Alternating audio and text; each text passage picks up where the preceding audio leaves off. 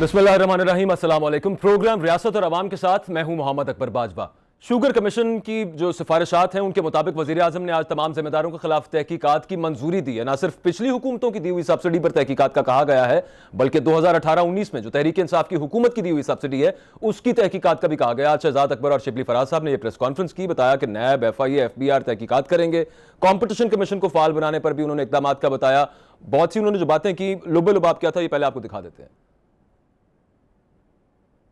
के कवानीन के तहत जो कि जिनका तलाक 1985 से होता है, पिछले 20-25 साल की जितनी सब्सिडीज दी गई हैं उन सब की इन्वेस्टिगेशन के लिए रेफरेंस भेजा जाए। नैब जी, पिछले 20-25 साल की जितनी सब्सिडी दी गई है उस तमाम पे तहकीकात का कह दिया गया है। कुछ सवाल अभी भी बाकी हैं, ऑपोजिशन ने भी उठाए हैं, कुछ हमारे ज़हन में भी आ रहे हैं। सबसे पहला और आम सवाल यह है कि तहकीकात तो शुरू हो जाएंगी, लेकिन चीनी अब तक महंगी क्यों है? शुगर कमीशन की रिपोर्ट के मुताबिक चीनी की असल कीमत 63 रुपए पे थी, तो चीनी अब तक 85 रुपए किलो पर क्यों फरोख्त हो रही है? ये बड़ा सादा सा सवाल है। इस रिपोर्ट की सिफारिशात का, तहकीकात के हुक्म का अवाम को क्या फायदा होगा? तहकीकात कब शुरू होंगी, कब मुकम्मल होंगी? अवाम को इससे क्या लगे? आम आदमी को चीनी फिल फॉर सस्ती चाहिए। एक और सवाल यह है कि आज वजीर आजम ने जो भी फैसले किए उनमें चीनी माफिया के खिलाफ कोई फैसला क्यों नहीं हुआ? वही चीनी माफिया जो अब गरीब आवाम की जेबों से करोड़ों रुपए अब भी निकाल रहा है। एक और सवाल यहां पर यह है कि चीनी पर वो सब्सिडी जो वजीर आजम के हुक्म पर यूटिलिटी स्टोर्स पर दी गई वो अब भी दी जा रही है, वो आवाम को नहीं मिल रही, वो शुगर मिल मालिकान की जेब में जा रही है। उसका खाता क्या है? इससे बेहतर यह ना होता कि वजीर आजम साहब इस मजीद सब्सिडी की बजाय मार्केट में चीनी सस्ती करवाते, आवाम को कुछ रिलीफ मिलता। इस बारे न प्रेस कॉन्फ्रेंस में बताया गया और न बज़ाहिर वजीर आजम की ज़ेर सदारत जो इजलास था जिसमें यह फैसला हुआ कि तहकीकात की सिफारिशात की रोशनी में जो तहकीकात की जाएंगी, उस इजलास में भी इसका कोई जिक्र नहीं हुआ। शहजाद अकबर साहब ने या शिबली फराज साहब ने इस बारे कुछ बताया नहीं है। शुगर कमीशन की रिपोर्ट में तो यह भी कहा गया था कि सियासी असर रसूख इस्तेमाल करके उस्मान बुज़दार साहब से सब्सिडी ली गई। तो नैब और FIA को तो छोड़ दें, वजीर आजम खुद अब तक क्यों नहीं पूछ पाए वसीम अकरम प्लस साहब से कि भाई वो कौन लोग थे जिनके प्रेशर में आप आ गए? क्या बुज़दार साहब शरीफ फैमिली के दबाव में आए थे, बख्तियार फैमिली के दबाव में आए थे, तरीन फैमिली के दबाव में आए थे, या फिर जरदारी साहब के दोस्तों के दबाव में आए थे? और अगर आए तो कैसे आ गए? खान साहब ने यह क्यों नहीं पूछा कि भाई मैं तो किसी के प्रेशर में नहीं आता, तुम कैसे आ गए? यकीनन खान साहब को यह सब कुछ पता तो होगा। कमीशन ने उनके अटैक बॉलर के बारे में क्या हिसाब लगाया? वो क्या ही खूब होता कि इस पर खान साहब खुद ही कुछ एक्शन ले लेते। क्या अब भी इस मामले पर एक्शन की उम्मीद है? और अगर है तो फिर दिल जलाने की बजाय इसे भूल ही जाएं तो बेहतर है। यह भी एक सवाल है। कुछ और सवाल भी हैं। मेहमानों का आपके साथ तारुफ करवाता जाता हूं। हमारे साथ शेख वकास अकरम साहब मौजूद होंगे, सीनियर सियासी रहनुमा। उनके अलावा अनीक नाजी साहब हैं हमारे साथ, एंकर पर्सन और तज्जियाकार हैं। अजमल जामी साहब हमारे साथ मौजूद हैं, एंकर पर्सन तज्जियाकार हैं। बहुत शुक्रिया आप सबका, आपने ज्वाइन किया। नाजी साहब, सबसे पहले आपकी तरफ आ रहा हूं। ऑपोजिशन ने इस प्रेस कॉन्फ्रेंस के बाद ये जो फैसला किया गया, अभी भी कहा है कि हमारे बहुत से एतराजात बरकरार हैं। अभी भी पहला एतराज उनका यह कि TOR तो था कि 2 साल की जो पिछले सब्सिडी दी गई उस पर तहकीकात की जाएंगी, और खासतौर पर जो चीनी की कीमतें बढ़ी वो क्यों बढ़ी इस पर तहकीकात की जाएंगी। इस सारे मामले को हुकूमत गोल कर गई है। तो आपके ख्याल में जायज है ये एतराज ऑपोजिशन का? अब भी देखिए, मेरी माफ कीजिएगा, मेरे तो ख्याल में यानी जो मैं महदूद इल्म के मुताबिक जो मैं जहां तक देखता हूं, मेरे ख्याल में तो इस वक्त जबकि जिन हालात और क्राइसिस से हम गुजर रहे हैं कि लाहौर जहां मैं बैठा हूं ये पंजाब का कैपिटल है, दारुल हुकूमत है, और यहाँ पे सरकारी अस्पतालों में रिपोर्ट्स हैं कि मरीज एडमिट करना बंद, यानी उनको लेना से इनकार कर दिया गया है। मेरा मसला ये है कि बाजार की रौनक अगर ना हो, बाजार ना चले, तो उससे बराह रास्त रोजगार जुड़ा हुआ है। सही। अच्छा, बाजार खोलते हैं तो SOPs फॉलो नहीं होते। एक बात होती है, मतलब बात यहां तक जा पहुंची है जहां वज़ीर आज़म ने ऐलान किया कि है आबादियां पूरी सील करनी पड़ सकती हैं। लाहौर की एक आबादी है लामा इकबाल टाउन, LDA के रिकॉर्ड्स के मुताबिक 25 लाख उसकी आबादी है। ये सिर्फ एक इलाका है लामा इकबाल टाउन, 1600 एकड़ इसका यानी रकबा है। अच्छा, इस पर अगर आपको लामा इकबाल टाउन ही अगर बंद करना पड़ गया तो 25 लाख लोगों का राशन का बंदोबस्त, उनका यानी आप अंदाजा लगा सकते हैं कि कितना बड़ा क्राइसिस यानी हमारे सामने अनफोल्ड हो रहा है। उसमें ये एक पहले हमने देखा एक सोशल मीडिया खातून निकली और उसको पाकिस्तान के तमाम TV चैनल्स ने एक इंतहाई अजीब कवरेज दी और वो यानी अजीब गरीब बातें उठा के सामने आ गई। और फिर हमने आज शहजाद अकबर साहब की वही प्रेस कॉन्फ्रेंस सुनी जो वो मुझे तो अब यूं लगता है कि जब से मैंने होश संभाला मैं उन्हीं को यही बातें करते देखता हूं। इतनी ज्यादा प्रेस कॉन्फ्रेंस उन्होंने की हैं और एक ही बात वो करते हैं। हर प्रेस कॉन्फ्रेंस के बाद उन पर यही सवाल होते हैं जो आज शाहजेब खानजादा ने भी उठाए जिनका जिक्र आपने किया, अपोजिशन ने भी उठाए और जिनका जिक्र आपने किया, लेकिन वो शहजाद अकबर साहब पे यानी मजाल है कि वो यानी इन बातों से मुतासर होते हो, वो फिर दोबारा उसी प्रेस कॉन्फ्रेंस में उतने ही जज्बात से फिर ऐलान करते हैं कि हमने पकड़ लिया और शरीफ खानदान भारत के ताल्लुकात पकड़ लिए, ये कर लिया, वो कर लिया। तो ये बुनियादी तौर पे मैं बड़ी अनफॉर्चुनेट बात मैं कर रहा हूं कि बहुत सीरियस क्राइसिस में हम ये जिस तरह की एहतसाब का इदारा, देखिए एक जज या एक नैब का जो चेयरमैन होता है, ये लोग वो होते हैं जिनके बारे में आप जानते हैं ना कि इस्लामी शरीयत में तो ये है कि यानी जैसे गोया काजी को किसी कुंद छुरी से ज़िबा किया जाए, तेजदार भी नहीं, कुंद छुरी से, ये उसके रिश्ते खत्म हो जाते हैं, उसकी खानदान खत्म हो जाता है, उसकी दोस्तियां खत्म हो जाती हैं, वो सिर्फ अदल का होकर रह जाता है। हमारे यहाँ इतना बड़ा इदारा नैब का है, चेयरमैन कंप्रोमाइज्ड है। वीडियो देखें, ये जब से इदारा बना है, अपोजिशन तो यही कह रही है, कोई भी हो अपोजिशन में, कोई भी हो, वो यही कहता है कंप्रोमाइज्ड है, लेकिन मौजूदा नैब की वीडियो ने तो बिल्कुल वो पैरों से यानी वो जो एक फेस सेविंग कोई कर्टन होता है वो भी छीन लिया। तो ये बेसिकली मुझे एक बेमानी तमाशा इस वक्त लगता है, मुझे समझ नहीं आती, मैं समझने से कासिर हूं, जाहिर है महदूद इल्म रखता हूं, मैं ये समझने से कम कासिर हूं कि इन क्राइसिस में जब टिड्डी दल का attack 37% of the land of the country is under attack, ये डॉन की रिपोर्ट है, 37% of the land of the, मतलब ये कोई छोटी बात है? आप बता दीजिए हमारे। अब जामी साहब, आपके ख्याल में क्या वो जो something is better than nothing, या फिर इस वक्त जो किया जा रहा है बिल्कुल ढकोसला है, कोई फायदा नहीं है, असल चीजें जो एड्रेस होनी चाहिए थी कि चीनी अब भी सस्ती नहीं मिल रही आवाम को, वो तो अनएड्रेस्ड रह गया सब मामला, तो क्या फायदा इन तहकीकात करवाने का, और आगे जो भी मामला होगा वो पता नहीं कब शुरू होंगी, कब जाके खत्म होंगी। अस्सलामुअलैकुम, आपके नाज़रीन को अस्सलामुअलैकुम। ये बड़ा बुनियादी अहमियत का मौजू है और बड़ा अहम सवाल आपने अपने इंट्रोडक्शन में उठाया है। बुनियादी तौर पर यही वो सवाल है जिसका जवाब हमें बहैसियत सहाफ़ी और अवाम को बहैसियत मजमूई नहीं मिल पा रहा। अब आप देखिए कि हम 5 सालों में 29 अरब की सब्सिडी के ऊपर फौजदारी मुकदमात कायम करने की बात करते हैं, हम तफसीली प्रेस कॉन्फ्रेंसेस का जिक्र करते हैं, हम कार्टलाइजेशन का जिक्र करते हैं, हम माफिया का जिक्र करते हैं, हम 7 निकात को जॉट डाउन कर लेते हैं, उससे लिस्ट कर लेते हैं, उनकी मंजूरी दे देते हैं प्राइम मिनिस्टर, मनी लॉन्ड्रिंग के मामला आ जाते हैं, FIA को एंगेज कर लिया जाता है, हम नैब को एंगेज कर लेते हैं, सब्सिडी की इंक्वायरी की जाए, मेरिट पे मिली नहीं मिली, रेगुलेटर्स को, उनके रोल को, SCCP को, टैक्स इन्वेजन को, FBR को एड ऑन कर लेते हैं। हम सब कहते हैं जी अब जायजा लें, कीमतें क्यों बढ़ी हैं, रेगुलेट कैसे किया जा सकता है।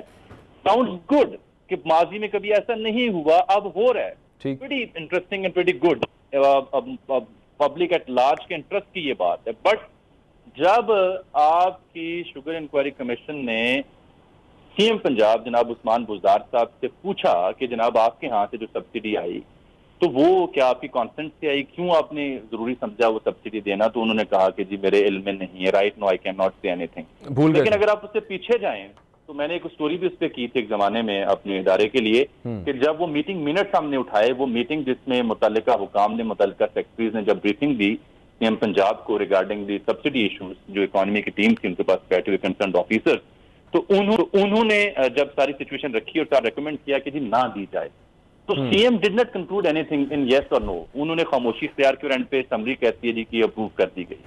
तो ये कैसे हो सकता है कि एक तरफ आप कहें कमीशन को कि जी मुझे इल्म नहीं है और दूसरी तरफ मीटिंग मिनट्स कुछ और कह रहे हो। बिल्कुल, इस नुक्ते को क्यों नहीं उठाया गया? दूसरी बात, आप जितनी भी कार्टल्स के पीछे चले जाएं, माफिया के पीछे चले जाएं, टैक्स फ्रॉड को हाईलाइट कर लें, आप रोज प्रेस कॉन्फ्रेंस कर लें, but point will remain the same.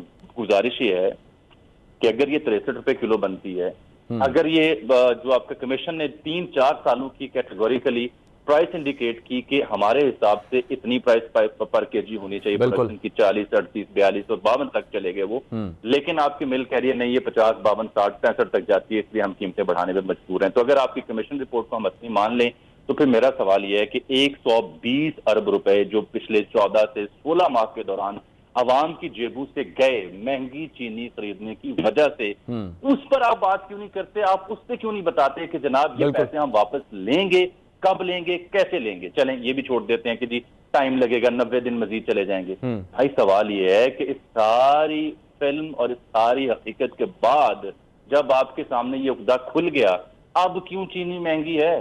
अब क्यों चीनी जो है वो उस रेट पे नहीं आ रही जिसकी फिक्सेशन शुगर इंक्वायरी कमीशन ने कर दी है, जिसके ऊपर चीनी की मिलें जो है वो आपके साथ ऑन बोर्ड हैं? अब क्यों नहीं कम हो रही? अब क्यों 85, 89, 95, 105 तक, 104 तक और यूटिलिटी स्टोर पर जितनी शुगर मिलती है वो आपको भी पता है और मुझे भी पता है। तो पब्लिक एट लार्ज को जो मार्केट से चीनी मिल रही है वो अब क्यों नहीं सस्ते दामों मिल रही? अब कौन जिम्मेदार है कि वो प्राइस हाइक मैनेज नहीं हो पा रही? आपने आइडेंटिफाई कर लिया ना, आपने मिडिलमैन का रोल भी आइडेंटिफाई कर लिया, आपने बेनामी लोग जो खरीदते हैं उनको भी आइडेंटिफाई कर लिया, आपने ये भी बता दिया कि हर शुगर मिल में। अच्छा अब जामी भाई, ये मुझे एक छोटी सी बात ये बताइएगा, उस्मान बुज़दार साहब के हवाले से जो कमीशन रिपोर्ट में आया, उन्होंने ये कहा कि उस्मान बुज़दार साहब ने कहा कि मुझ पर सियासी प्रेशर था, सियासी असर और रसूख की वजह से उन्हें सब्सिडी देनी पड़ गई। अब वो किसका सियासी प्रेशर था, इमरान खान साहब खुद क्यों नहीं पूछ रहे? आपको लगता है वैसे जो कि जितने उसूल पसंद वो हैं या बताते हैं कि वो हैं, उसके मुताबिक तो उन्हें चाहिए कि वो उनसे पहले इस्तीफा लें और उनसे पूछें? ऐसा कुछ होता नजर आता है? चलें और कुछ नहीं, वसीम अकरम प्लस साहब की कुछ थोड़ी बहुत सरजनिश होती नजर आती है आपको वजीर आजम की तरफ से? नहीं, मुझे तो इस मामले में कहीं भी उनकी सरजनिश होती दिखाई नहीं देती। अगर सरजनिश होना मकसूद होती तो उनको कैटेगोरिकली पॉइंट आउट किया जाता, उनका नाम लिया जाता। शहजाद अकबर साहब बबंगे दोहल उनका नाम लेते, जैसे वो अपोजिशन के करैक्टर्स का नाम लेते हैं, जैसे वो दीगर मामलात पे लंदन की रिपोर्टें लेके आ जाते हैं, पलंदे हवा में लहराते हैं, कागज के बंडल लहराते हैं। मुझे प्राइम मिनिस्टर की इंटेंशन पे कोई डाउट नहीं, prime minister in good faith ये बात काम कर रहे हैं और साथ इंक्वायरी को मंजूरी दी है, which is fair enough. But वो जो बात आप बार बार पिन पॉइंट कर रहे हैं इस मामले पर और इससे पहले कई और दीगर इंतजामी मामलात पर जो नक्स रह जाता है, उससे हम देखते हैं कि हमेशा की तरह वसीम अकरम प्लस जो है काबिल इज्जत है, उनके ऊपर सवाल नहीं उठाया जाता, उनका नाम नहीं लिया जाता और उनके ऊपर क्वेश्चन मार्क नहीं उठाया जाता कि आपको ख्वाब आया था कि आपने ये देना है। वो कौन सा प्रेशर था जिसने आपको प्रोवोक किया देने के लिए? ये कमीशन या उसकी रोशनी बनने वाली 7 जो कमेटी हैं, ये इस नुक्ते को क्यों नहीं हाईलाइट करती? यही वो वजह है कि ये जो कार्य खैर आपने की, ये जो अनप्रेसिडेंटेड मेयर्स आपने लिए, ये सारे के सारे गलत हो जाते हैं जब बुनियादी सवालात को एड्रेस नहीं किया जाता। जब आवाम को जो 120 अरब रुपए इजाफी देने पड़े और रोजाना आपको पता है 1 रुपया किलो अगर चीनी महंगी हो तो रोजाना एक महीने में 5 से 6 अरब रुपए का 5 अरब 20 करोड़ का शुगर कमीशन ने कहा। बिल्कुल बिल्कुल एब्सोल्युटली। नाजी साहब, ये जो बात की अभी जामी भाई ने इंटेंशन के हवाले से, बाय एंड लार्ज लोगों का यह ख्याल है कि वजीर आजम की अपनी इंटेंशंस बुरी नहीं है, लेकिन ऐसी इंटेंशंस को हम क्या करें जिनके बाद एक्शंस नजर नहीं आ रहे। और ये जो बात की जाती है कि ये वसीम अकरम प्लस अगर इनको दुरुस्त ना किया गया, टीम से ना निकाला गया या इनकी परफॉर्मेंस पर नजर ना की गई कैप्टन की तरफ से, तो ये तो मैच हरवा देंगे कैप्टन को। तो ये चीज कैप्टन को नजर नहीं आ रही क्या? देखिए, जहां तक तो नियतों का ताल्लुक है वो तो जाहिर है, मैं कोई भी दावा नहीं कर सकता कि नियतों का हाल वो पढ़ सके। तो जाहिर है कि हमें खुशगुमानी का ही ख्याल रखना चाहिए, वज़ीर आज़म हो या कोई और हो। शहजाद अकबर की नियत पे भी मैं ये दावा नहीं कर सकता कि मैं उनकी नियत जानता हूँ। मैं तो अमाल पर कमेंट करूंगा। मतलब ये जाहिर है, ये सवाल उठेगा कि BRT आपको नजर नहीं आ रही, और इस तरह के और हजारों सैकड़ों मिसालें हैं।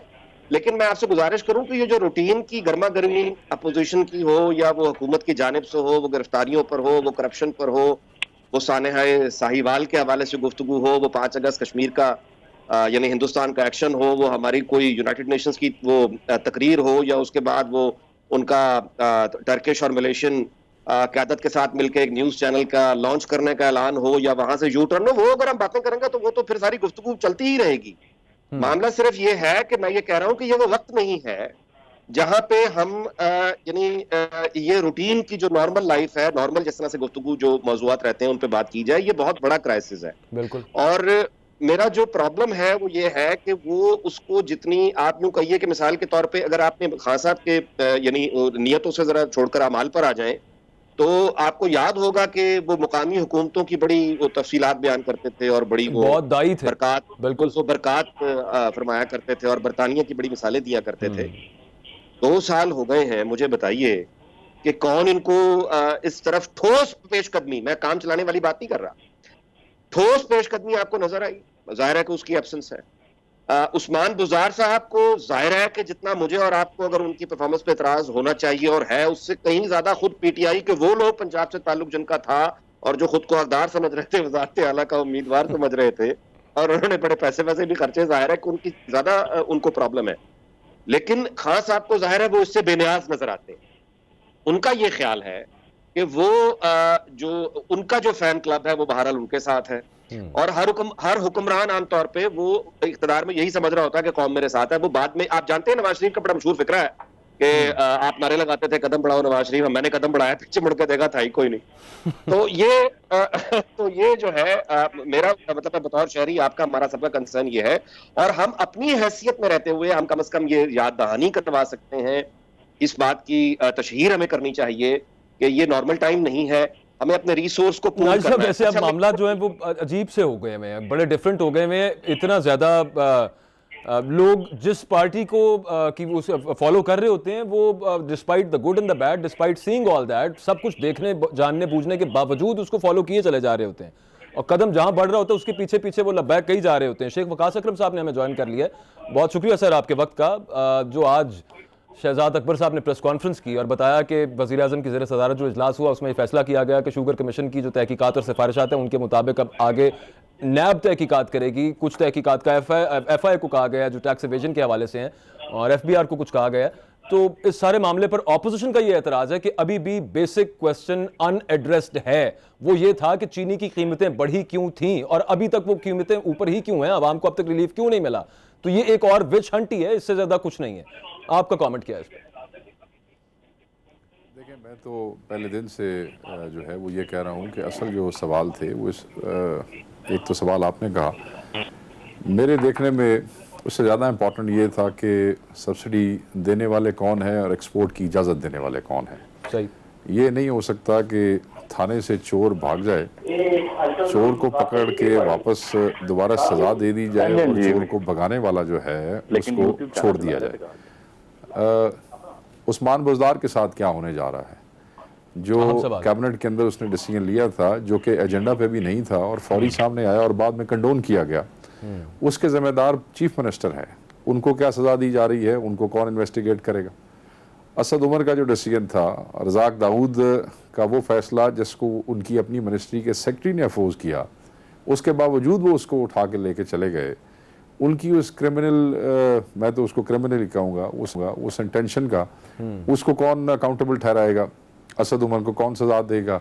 और at the end of the day वो जो कमेटी थी वो कैबिनेट की जो है कमेटी होती है, तो कैबिनेट के ज़िम्मेदार प्राइम मिनिस्टर ऑफ पाकिस्तान है। क्या प्राइम मिनिस्टर ऑफ पाकिस्तान भी जवाब देंगे कि उनके मातहत लोगों ने किसके कहने पे ये सब कुछ किया। और इन दो क्वेश्चंस के एड्रेस होने के बाद फिर ऑब्वियसली ये सारा कुछ इसलिए किया गया कि कीमतें बहुत बढ़ गई थी, कुछ लोगों ने अरबों खरबों रुपया कमाया, वो कौन लोग हैं, कैसे बढ़ी, ये भी बड़े इंपॉर्टेंट क्वेश्चंस थे। और मैं ये समझता हूँ कि जिस वक्त ये रिपोर्ट आई थी उस दिन से लेकर आज तक ये असल चीज़ एड्रेस नहीं हो सकी है और ये होगी भी नहीं। ऑब्वियसली ना वसीम अकरम प्लस को सज़ा हो सकती है, ना असद उमर जो बेतौकीर होके गए और फिर वापस आके दोबारा आँख के तारे बन चुके हैं, ना उनको सज़ा दी जा सकती है।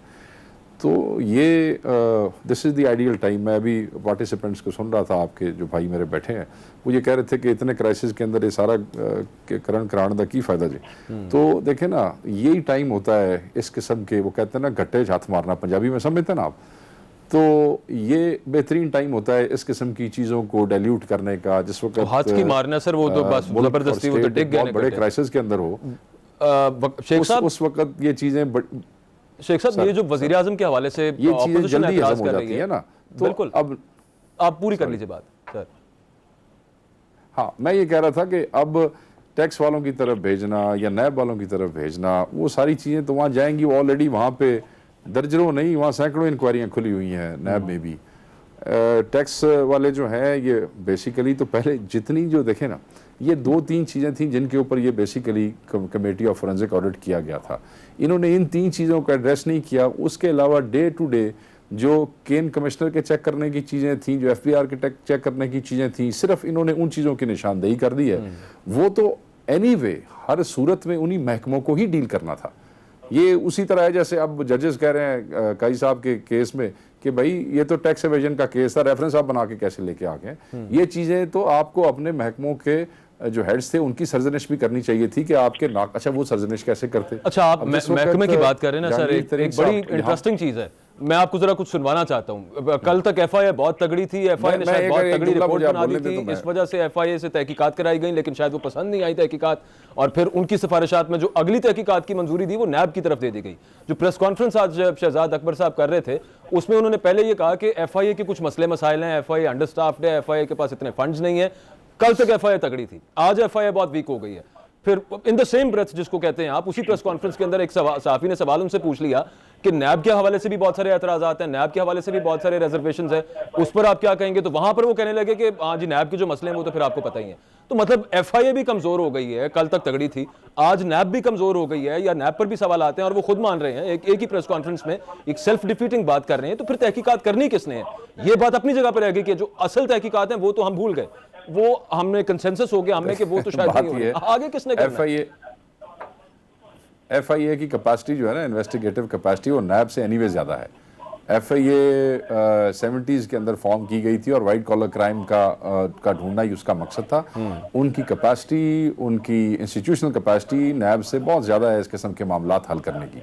वो तो पिछले अदवार में एफआईए को सज्जे खब्बे इस्तेमाल करके उन बेचारों को जो है गलत वो ऑक्यूपाई हो गए, वरना बेसिकली वो नैब इनसे कुछ ज़्यादा बेहतर इंक्वायरी नहीं कर सकती है। तो मैं ये समझता हूँ कि जब चीज़ें बहुत सारे इदारों में इस तरीके से तकसीम कर दी जाएँ, उसका एक ही मकसद होता है, तुसी सियाने म्याने बंदे हो भाई, हमें कुछ नहीं चाहिए बीच में से, हो गया जो हो गया, जिसको मारना था उसको मार दिया, पंजाबी में कहते हैं जिन्होंने उलारना सी उन्होंने उलार छड़िया, यानी कि जिसको डराना था उसको भी डरा लिया, मकसद शायद हल हो गया, बंदे अपने नीज के ऊपर आ गए, कुछ बंदे चुप हो गए, कुछ बंदे मुल्क से चले गए, कहानी खत्म हो गई। केड़ी इंक्वायरी तो कितने दी इंक्वायरी ना आपने, बाकी छोड़े आप, बस अच्छा, जो होना था हो गया है, ये कुछ नहीं। जामी भाई आपसे पूछना है ब्रेक से वापस आके, प्रिंसिपल क्वेश्चन एड्रेस नहीं हुआ, इससे आगे कुछ एक्चुअली नहीं होना, मेरी बात मान लें आप। दुरुस्त कह रहे हैं आप सर, इस पे तो कंसेंसस हो चुका है, लेकिन आगे तहकीकात करनी किसने है? अजमल जामी साहब से ये सवाल पूछेंगे कि एक ही प्रेस कॉन्फ्रेंस में जिन इदारों को तहकीकात सौंपी गई हैं उन्हीं को कमजोर कह दिया गया। कल तक वो तगड़े होते थे, ऐसा क्यों हो रहा है? After this break.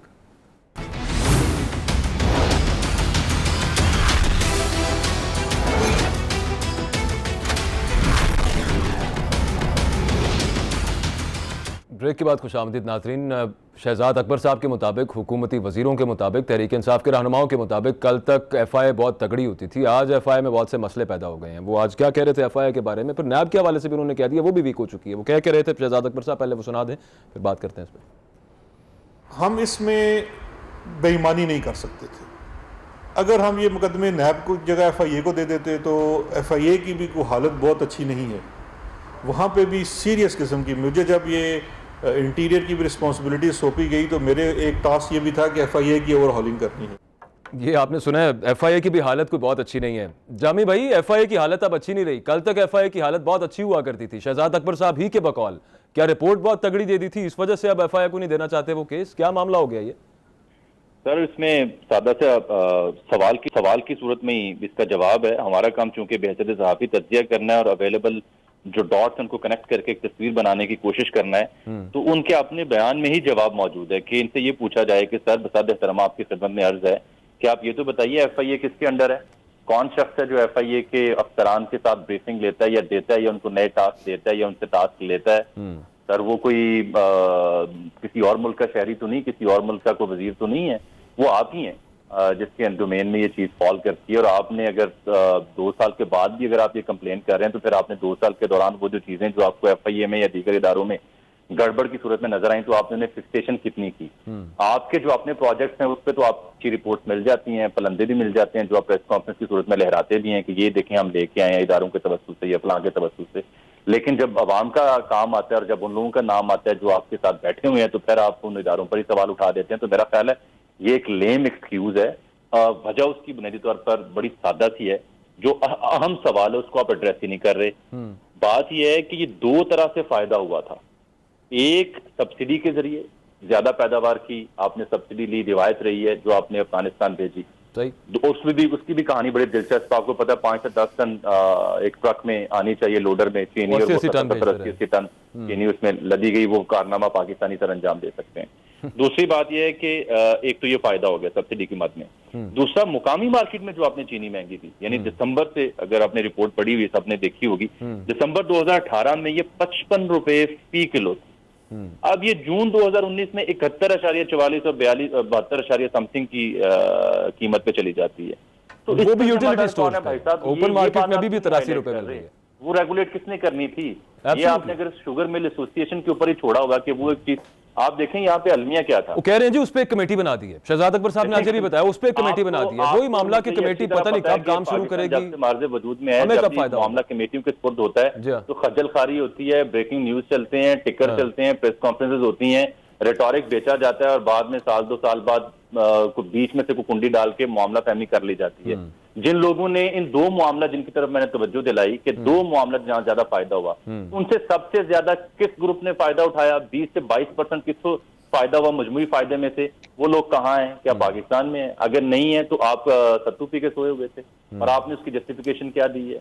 वो लोग कब मरूद इल्जाम ठहरेंगे? उन लोगों से कब आप पूछेंगे? और 120 अरब रुपया जो मैं आपसे बार बार अर्ज कर रहा हूँ, और डेली अगर चीनी की कीमत में 1 रुपया या 1.5 रुपया इजाफा किया जाए तो पूरे महीने बाद 5 से 6 अरब रुपए का इजाफा होता है शुगर मिल के मुनाफे में। वो क्यों नहीं रेगुलेट आप कर पा रहे? 22 रुपए का डिफरेंस है जामी भाई, 22 रुपए का इस वक्त डिफरेंस। शुगर कमीशन की रिपोर्ट कह रही है 63 रुपए की चीनी इनको पड़ती है शुगर मिल्स को और 85 रुपए में फरोख्त हो रही है। 22 रुपए का डिफरेंस है। 1 रुपए का अगर सिर्फ 1 रुपया फी किलो चीनी की कीमत बढ़ाते हैं तो 5 अरब 20 करोड़ कमाते हैं। मतलब सोचने वाली बात है कि 1 रुपया बढ़ाने पे 5 अरब 20 करोड़ है, तो ये 22 रुपए रोज के 1 किलो पर चीनी पर ये कमा रहे हैं। वो अब से हिसाब लगा ही लिया जाए कि अरबों के हिसाब से रोज करोड़ों का डाका अवाम की आपकी मेरी जेब पर डल रहा है। नाजी साहब, ये खैर बात इस पे क्या ही करनी है, हम पहले भी इस पे बात कर चुके हैं कि अगर करना होता है इस पे कुछ तो आज शहजाद अकबर प्रेस कॉन्फ्रेंस में कुछ बता देते। तहकीकात किसने करनी है? चलें, वो एक जो ट्रक की बत्ती आ गई कि जो असल चीजें थी, जो प्रिंसिपल इशू था, उस पर तो तहकीकात नहीं होनी, वो समझ आ गई। लेकिन जिन पर होनी है उन पे भी वो कह रहे हैं कि FIA के अपने बड़े मसले हैं, फिर साथ ही कहते हैं नैब के भी बहुत सारे मसले हैं। इन्हीं दोनों को तहकीकात दी हुई है। देखिए, मेरा ख्याल है कि हम ये रिपोर्ट्स पहले भी बहुत सी आई, कुछ लीक होकर छप गई, कुछ बराह रास्त छपी, कुछ की रिपोर्ट अभी तक नहीं है। क्या कार्रवाई हुई आप भी जानते हैं, मैं भी जानता हूं। यही मामला ये शुगर माफिया का भी है, वो भी यानी आपके सामने। मैं दोबारा से वापस जो गुफ्तगू आपसे, देखिए, पहली बात तो ये है कि शहजाद अकबर साहब अगर ये कहते हैं कि FIA जो है उसका हाल बुरा है, जबकि पहले वो ये कहते थे अच्छा है, तो आप उनकी बात मान लीजिए कि उनको जिस हालत में मिली वो अच्छी थी, उनके पास अब उनके अमल दखल रहा, उनकी हुकूमत का तो बुरा हाल हो गया। नैब के बारे में अगर उस उनका अगर वो ये कहते हैं तो 5-6 महीने में उन्हीं के पास थी ना FIA, और किसके पास थी? देखिए, जब ये एक यकीन पैदा हो जाए कि मतलब इस मफरूजे पे अगर आप हुकूमत कर रहे हैं, या भी मुल्क में इलेक्शन के हालात नहीं है, जो चेंज ऑफ गवर्नमेंट का कोई दूसरा रास्ता हो नहीं सकता, लिहाजा हमने 5 साल पूरे करने ही हैं, हम किसी तरह भी कर जाएंगे, तो ये बड़ी खतरनाक सोच है। ये इसका जो नतीजा है वो मुझे और आपको भुगतना है। मैं किसी भी तरह की, जाहिर है कि यानी किसी, मेरा ये काम नहीं है किसी का मतलब है कि मैं किसी तरह की कोई डिप्रेशन में, डिस्पोंडेंसी में इजाफा करूं, लेकिन प्रेपरेशन के लिए अपील करना तो गलत नहीं है ना। Not at all. अगर मतलब है कि हमारी तवज्जो होनी चाहिए कि जिन अस्पतालों में अगर बेड्स नहीं है, वेंटिलेटर्स नहीं है, तो उनके बाहर कैंप लगाने का कोई इंतजाम है, उनके रिश्तेदार कहाँ पे रहेंगे, उनके क़याम तआम का इंतजाम कहाँ से होगा। बाजार अगर आपने बंद करना है तो जो सप्लाई लाइन होती है राशन की, उस सप्लाई लाइन का क्या बनेगा? मतलब है कि ये जो बड़े चैलेंजेस हैं। अच्छा, इसके नतीजे में अगर अनरेस्ट आ जाता है तो उसके नतीजे में यानी उसको कंट्रोल करने के लिए कहां साउथ पंजाब में करेंगे, सेंट्रल पंजाब में करेंगे, उसके लिए आपकी यानी जो बीच में आपकी टाइगर फोर्स क्या आके सड़कों और मोहल्लों में लॉ एंड ऑर्डर संभालेगी? नाजी साहब, सारी बड़ी तशवीशनाक बातें हैं। एक सवाल मेरे जहन में उभरता है, उसका जरा जवाब दे दीजिएगा। ये वजीर आजम साहब को पता ही नहीं चलता, इतने भोले आदमी हैं, इनको मतलब और उनके भोलेपन का फायदा उठा लिया जाता है, या फिर ऑपोजिशन का जो इल्जाम है कि इनको सब कुछ पता है और वो इल्जाम लगाते हैं कि वजीर आजम भी इसमें हिस्सेदार है? आपके ख्याल में क्या? नहीं, ये बड़ा जो आपने अभी बात की ना, इसका जवाब सादा नहीं है, ये बड़ी गहरी बात है। इसका जवाब फिर मैं तफसील नहीं जाता, सिर्फ आपको मैं बुनियादी बात कर देता हूं। जरूर। जिस दिन मोहतरमा फातिमा जिन्ना इलेक्शन हार गई और जनरल अयूब जीत गए रेफरेंडम, उसके बाद से लेके आज तक ये हम जब तक वो अपनी करेक्शन नहीं करेंगे रूट्स में जाके, ये वजीर आजम इमरान खान हो या कोई भी हो, मिसाल के तौर पे हमारे यहाँ मजबूत तरीन जो वज़ीर आजम आए, बड़ी पब्लिक सपोर्ट रखने वाले, उनके साथ क्या हुआ? यानी इमरान खान किया भी क्या उन पर भी खैर ठीक हो गया। बिल्कुल सही, आपका जवाब समझ आ गया। ज्यादा से ज्यादा क्या कर सकते हैं? नवाज शरीफ बन जाएंगे, जुल्फिकार अली भुट्टो बन जाएंगे, तो किस इंसान से दो चार होंगे? सही, वो मसाइल और हैं। ठीक। शेख साहब आपके ख्याल में क्या मामला है? वजीर आजम साहब को पता नहीं चलता, बहुत भोले हैं, या फिर जो ऑपोजिशन इल्जाम लगाती है ये भी होना शुरू हो गया कि अब ये वक्त भी आ गया कि वो कह रहे हैं कि इमरान खान करप्ट आदमी है? दोनों में से आपको क्या लगता है? देखिए, मैं ये तो नहीं कह सकता कि एक आदमी जो ये क्लेम करता है कि मैं 20-21 साल जद्दोजहद करता रहा हूँ और उसके बाद जाके वज़ीर आज़म बना हूँ और मैंने बड़ी कुर्बानियाँ दी हैं और वज़ीर आज़म बनने के लिए वो इस्टेब्लिशमेंट के साथ भी उनको नाता जोड़ना पड़ा, बहुत सी ऐसी पार्टियां जिनको माजी में कातिल, चोर, डाकू कह चुके हैं, पंजाब से लेके सिंध तक, उनके साथ इत्तेहाद भी बनाया और फिर पंजाब में बड़ी कामयाबी से वसीम अकरम प्लस जमा खुद बैठ गया मरकज़ में। ये किसी भोले आदमी का काम नहीं हो सकता। मैं ये समझता हूँ कि ये कहना जो है ना वो नामुनासिब होगा कि वज़ीर आज़म को समझ नहीं आती और ये बड़े भोले आदमी है। ये सारे काम जो पिछले फाइनली अब 2 सालों में सियासतदान हुए बन गए हैं। इमरान खान साहब, जो कहा जाता था उन्हें सियासत नहीं नहीं, सियासतदान न बनते तो यहाँ तक पहुँच ही नहीं थे सकते। क्रिकेट तो नहीं खेल रहे बैठ के ना वहाँ पे जी, क्योंकि अगर शायद क्रिकेट खेलते आने वज़ीर आज़म में तो शायद कुछ छक्के चौके मार ही देते। क्रिकेट तो नहीं खेल रहे बैठ के, तो यही कोशिश कर रहे हैं। सियासतदान भी बन चुके हैं, मगर ऑब्वियसली चीज़ें एक्सपीरियंस के साथ आती हैं, विजन के साथ आती हैं। जब बंदे की यही ख्वाहिश हो 20-21 साल के मैं बस इस कुर्सी पे बैठा है और मैं वज़ीर आज़म बन जाना है, और अचानक 20-21 साल बाद बंदा उस कुर्सी पे बैठ जाता है, तो फिर बंदे को समझ नहीं आती अब करना क्या है। ये क्वेश्चन अब इस वक्त गुड और बैड का नहीं है। ये कौम गुड और बैड पे बहुत कम फैसले करती है कि चंगा कौन है और पैड़ा कौन है। कौम तंग आ जाती है पिछलों से, फिर वो देखती है कि कौन डिलीवर कर सकता है और कौन नहीं, और हर 15-20 साल बाद एक नई जो है ना चूरन बेचने वाली पार्टी आ जाती है। और वो यही था, इनका भी यही था कि पिछलों की जो एक मुसलसल एक इक़्तिदार का तसलसल था, लोग वो देख के फिर कुछ इश्यूज़ भी थे, मौजूद थे, ऐसी बात नहीं है। फिर उनका एस्टेब्लिशमेंट के साथ झगड़ा, ये सारी चीज़ें जब सम अप हुई तो अल्टीमेटली ऐसा हुआ कि खान साहब को मौका मिल गया आगे आने का। अब खान साहब डिलीवर कर नहीं पा रहे हैं, भोलेपन का सवाल नहीं है, ये नॉन डिलीवरेंस का, इनकॉम्पिटेंस का सवाल है। और अच्छी टीम चूज़ ना कर सकना भी कप्तान की इनकॉम्पिटेंस होती है। देखें ना, जितने नॉन इलेक्टेड बंदे इन्होंने लिए, खुली छूट थी, जितने मर्जी ले लिए। अब इतने नॉन इलेक्टेड बंदे अपनी काबीना में और सज्जे खब्बे, ये तो काबीना वाले नॉन इलेक्टेड तो चंद आपने देखे हैं ना, कई मिनिस्टर ऑफ स्टेट्स के स्टेटस वाले ऐसे मौजूद हैं जो काबीना में आते भी नहीं है, वो दर्जनों के हिसाब से वो मौजूद हैं। कई मशीरान मौजूद हैं जिनका अंदाजा भी कोई नहीं है, और कई ऐसे चेयरमैन बना दिए गए हैं, कई डिपार्टमेंट में बावजूद भी होने करे कहण कि साढ़े तो पाकिस्तान नहीं चलता।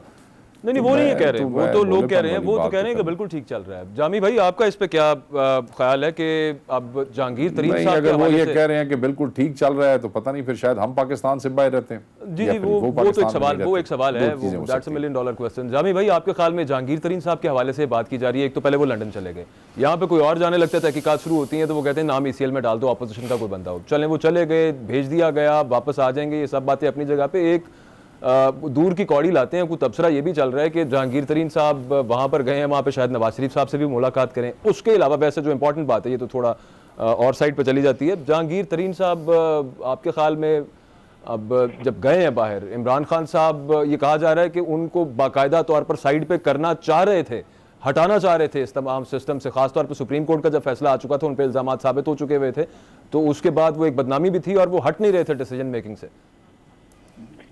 देखिए, एक तो शेख साहब की बात में कुछ बढ़ाना चाहूंगा आगे, और दूसरा जो आपने एक नया नुक्ता उठा दिया उस पर जरा तरह मिसरा सुन लें कि जहांगीर तरीन साहब अगर लंदन में किसी से मुलाकात की कोशिश करते हैं तो he will actually make Khan साहब जॉब क्वाइट ईजियर। तो आई डोंट थिंक तो कि वो ये गलती करेंगे दानिस्ता या गैर दानिस्ता। कुछ ऐसा हो भी तो वो पसे पर्दा ही होगा। बज़ाहिर अगर ऐसा हुआ तो वो खान साहब की जो अप्रोच है या उनकी जो मसला है, जो गुत्थी उलझी हुई है, उसे आसान कर देंगे। दूसरी बात यह है कि वो जो रिपोर्ट की हम रोशनी में बात कर लेते हैं, सबसे ज्यादा फायदा JWD ने रिपोर्ट कहती है उसको हुआ, और वो कहते हैं कि मजमूई सब्सिडी जो इस बीच में मिली उसका 22% यानी कोई 56 करोड़। और जामी भाई, आप बात को कंटिन्यू कीजिएगा, थोड़ा सा ऐड कर ले मेरा क्वेश्चन इसमें। खान साहब जान छुड़ाना चाह रहे थे जहांगीर तरीन से, आपके ख्याल में? देखें, ये एक पेचीदा, संजीदा और रंजीदा किस्म का नुक्ता है। इसमें पेचीदगी भी है, रंजीदगी भी है और संजीदगी भी है।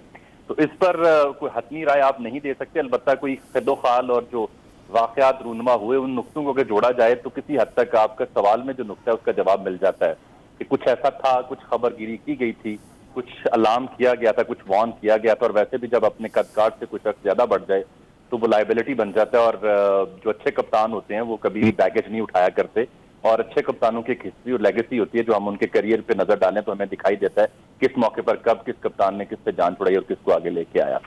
तो बहरहाल इस मौजूद में मैं नहीं जाना चाहूंगा दानिस्ता तौर पर, लेकिन शेख साहब ने जहाँ पे बात छोड़ी, मेरी नजर में तो खान साहब बड़े स्मार्ट पॉलिटिशियन है, उनको पब्लिक पल्स का अच्छी तरह अंदाजा है, और वो जैसे ही कोई बहरानी कैफियत में कौम दो चार होती है तो आप देखें कि एहतसाब का जो सिलसिला है वो तेज हो जाता है, और एहतसाब के ऊपर जो उनका नारा है वो मजीद पब्लिक पल्स। जामी भाई, पब्लिक स्टमक का क्या करना है? पब्लिक का पेट भी तो है ना, वो वहां पर वो लातें पड़ रही हैं, यहाँ से पब्लिक की पल्स वैसे देखी जाए वो रुक जाएगी कुछ देर में पब्लिक पल्स।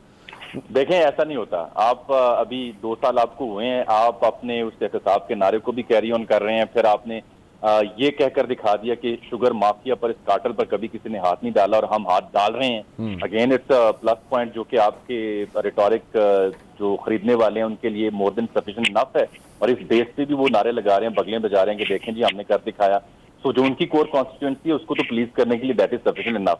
आगे चलें, अपनी कोर कॉन्स्टिट्यूएंसी को इन्होंने एड्रेस करना है और आगे उन्होंने नहीं बढ़ाना, वो ये एक अलग सवाल है। एक ब्रेक से वापस आते हैं, नाजी साहब से ये पूछते हैं कि बिल फर्ज महाल शफाफ तहकीकात हो भी जाती हैं तो फिर हुकूमती इत्तेहाद जो है उसमें क्या दरारें पड़ सकती हैं? ये सवाल होगा इस ब्रेक के बाद।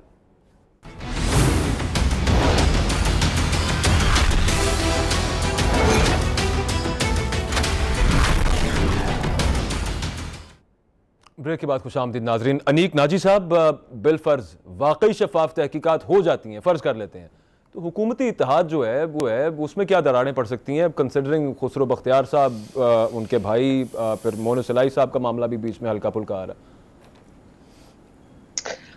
मैं इस तरह का, देखिए, फर्ज करने से पहले फिर सोचना पड़ता है ना कि कौन सी वो बुनियाद है जिसपे ऐसे फराइज, यानी मैं और आप ये फर्ज किस बुनियाद पे करें कि ऐसा हो जाए? उनके दावों पे अगर यकीन करने वक्त तो बिल फर्ज महाल कह लेते हैं। चले, मेरा नहीं ख्याल कि अगर ये हो भी जाएगा तो उसके बाद जब तक, यानी जो सपोर्ट खान साहब को हासिल है वो उस सपोर्ट के साथ उनको असेंबली में कोई ज्यादा तंगी नहीं होगी, और उनके साथ जो जिन लोगों की तरफ आपका इशारा है, अच्छा, बहुत सारे लोग यानी उनके साथ जो ऑलरेडी बैठे हुए हैं, वो इसलिए नहीं बैठे हुए कि उन्हें बड़ा वो पसंद करते हैं, वो भी यानी किसी और यूं कहें किसी तलस्म के साए में उनके साथ बैठे हुए हैं। वो तलस्म जब तक, वो तलस्म का जादू जब तक रहेगा वो वहीं रहेंगे, वो हिलेंगे नहीं। शेख साहब, लेकिन जी मुझे एक गुजारिश करने अनीक भाई बताएं। मैं गुजारिश आपसे कर रहा हूं, देखिए ये बड़ा संजीदा, यानी जिस वक्त जिस स्टेज पे हम लड़ रहे हैं ना, यानी आप PIA का हाल देख लें, रेलवे का देख लें। आज सईद गनी ने कहा है कि वो अगर आप स्टील मिल की जो जमीन, वो प्राइवेट, अगर आप वो उसको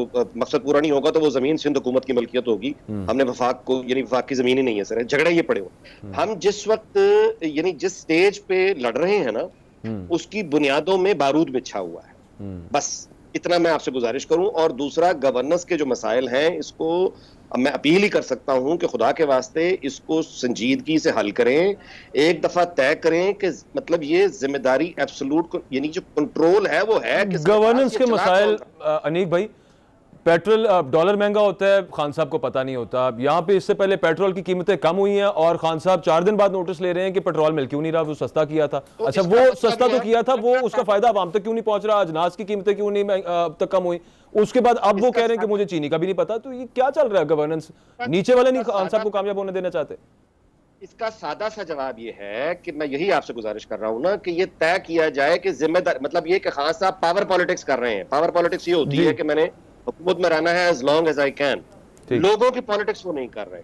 अच्छा, मैं उनको कोई मुर्द इल्जाम नहीं ठहरा रहा, ये उनका फैसला है, मुनासिब समझते होंगे। लेकिन मैं ये कह रहा हूं कि ये इस बात को तय कर लें कि ये नहीं कंट्रोल है किसके पास। एक दफा इस संजीदा सवाल को जब तक हम एड्रेस नहीं करेंगे, हम लट्टू की तरह घूमते रहेंगे। हमारी सारी तारीख ये है, या तो आमरियत को बतौर निजाम अपना लें,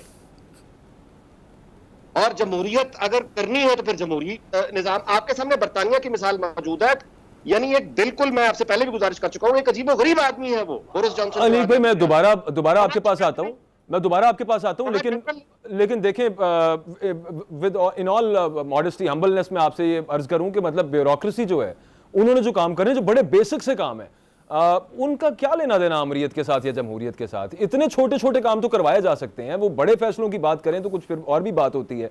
मैं आता हूं आप पे इस सवाल के साथ, सर मैं वापस आता हूं।